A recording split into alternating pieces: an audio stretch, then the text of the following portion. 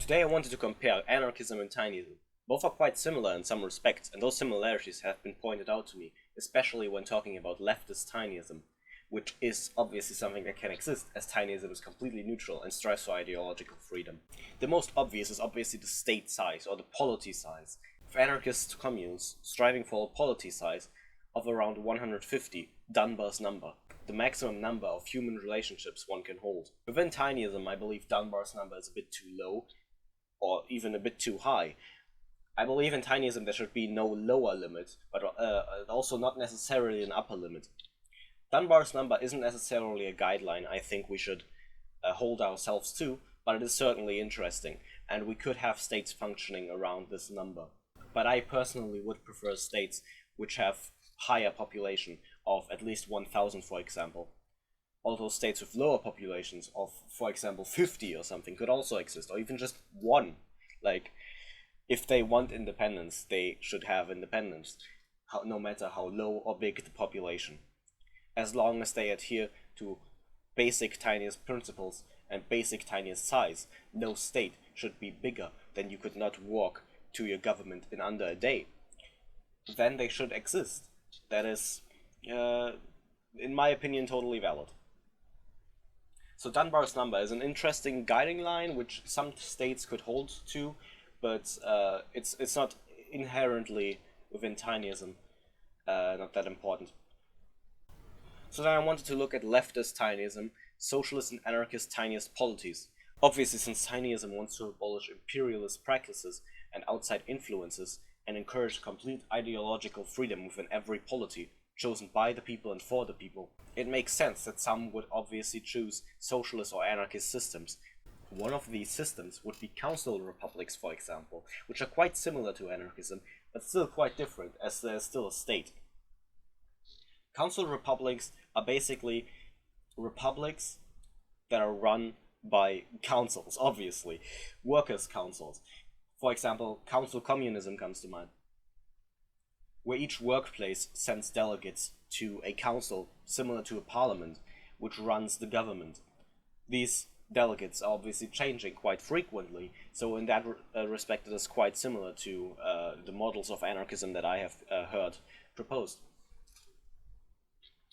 But we can go further with actual anarchism within Tinism. Again, with the complete ideological freedom within Tinism, all that anarchist communes need to exist within a Tinist system is defined borders, which is quite hard for anarchists, I know, but defined borders for their commune slash polity. Could even be a confederation, for all I care. And the potential for diplomatic relations. Obviously, there should be some kind of diplomacy between the commune and other nations slash states, and possibly the commune could join a Tinist union, things like that. So the capacity to enter into foreign relations, into diplomatic relations, and defined borders are the only things that need to be changed about anarchism, so that anarchism can exist within a Tinist system. Interesting is independence anarchism, which is basically a combination of national liberation and anarchism, prevalent in Catalonia, for example, I believe, where anarchists promote culture, but also want to abolish the state and hierarchy. So that is something that works with Tinism very well. Obviously, independence anarchism, like any kind of form of separatism, works very well with Tinism.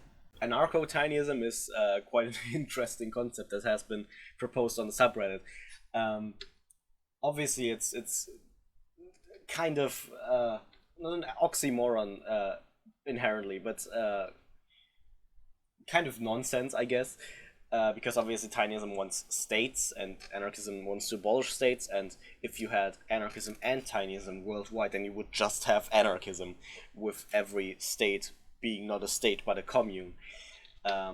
So that's kind of weird, but you could adopt it into a system where you strive for an anarchist community within your specific region, but also embrace Tinism to a degree where you let everyone else do their thing. So basically what I described before with anarchism within Tinism. So yeah, I think those are like the big similarities between Tinism and anarchism.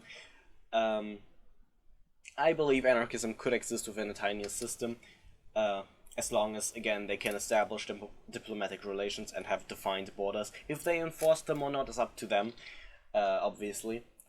But they should exist, obviously. And other forms of leftist anarchism, like, for example, the council republics, which aren't inherently anarchist, but very leftist, could also exist. So, leftist tinyism is definitely something we should look into more, something very interesting. And yeah, that's basically it for the video. I hope it was somehow informative or something.